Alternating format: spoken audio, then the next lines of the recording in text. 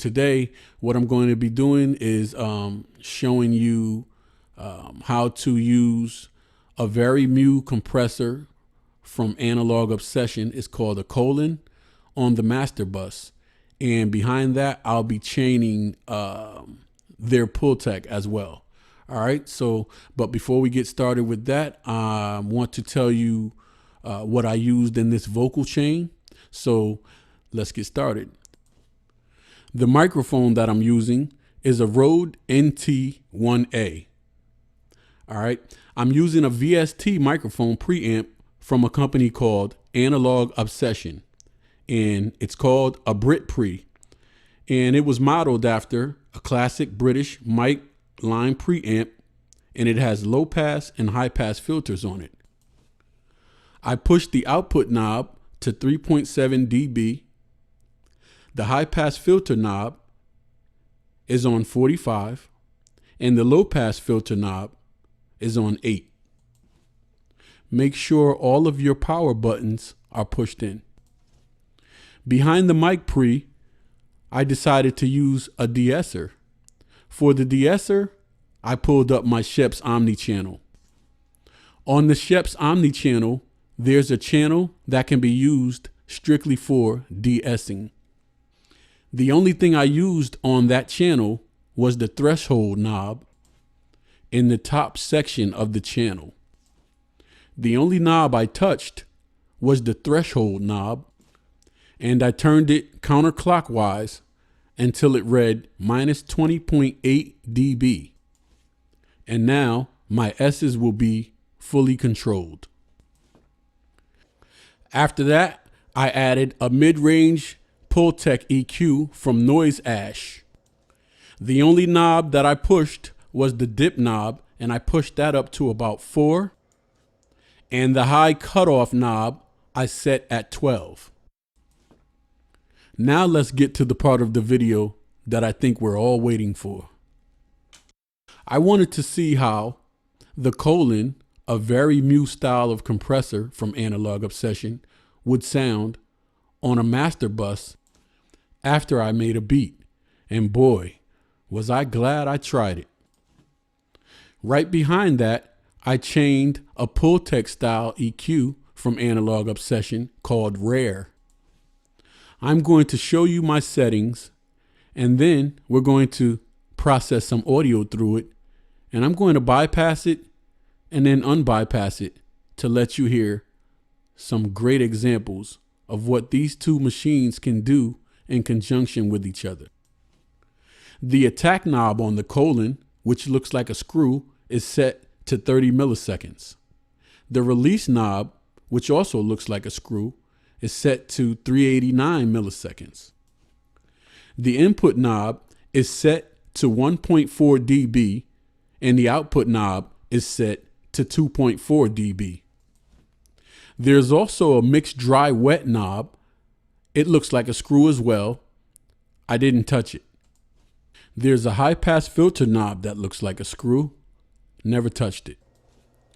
Behind the Vari Mu compressor, I wanted to give the beat a little more beef, so I chained a Rare Pultec style compressor from Analog Obsession. The settings are as followed. I pushed the boost knob to 0.3 dB. The high boost knob I pushed to 2.0 dB. The attenuation knob in the high end is pushed to 1.2 dB. The low frequency knob is set to 30 cycles per second. The bandwidth knob and the high frequency knob is set to the default position. There's an output knob to the right on the bottom that looks like a screw. It says output underneath the screw. If you turn the knob clockwise, you'll see the value. I've set that at 1.5 dB. The attenuation selector knob at the top to the right is set to 10K. Now, let's run some audio through our compressor and our Pultec style EQ, and let's see what we get.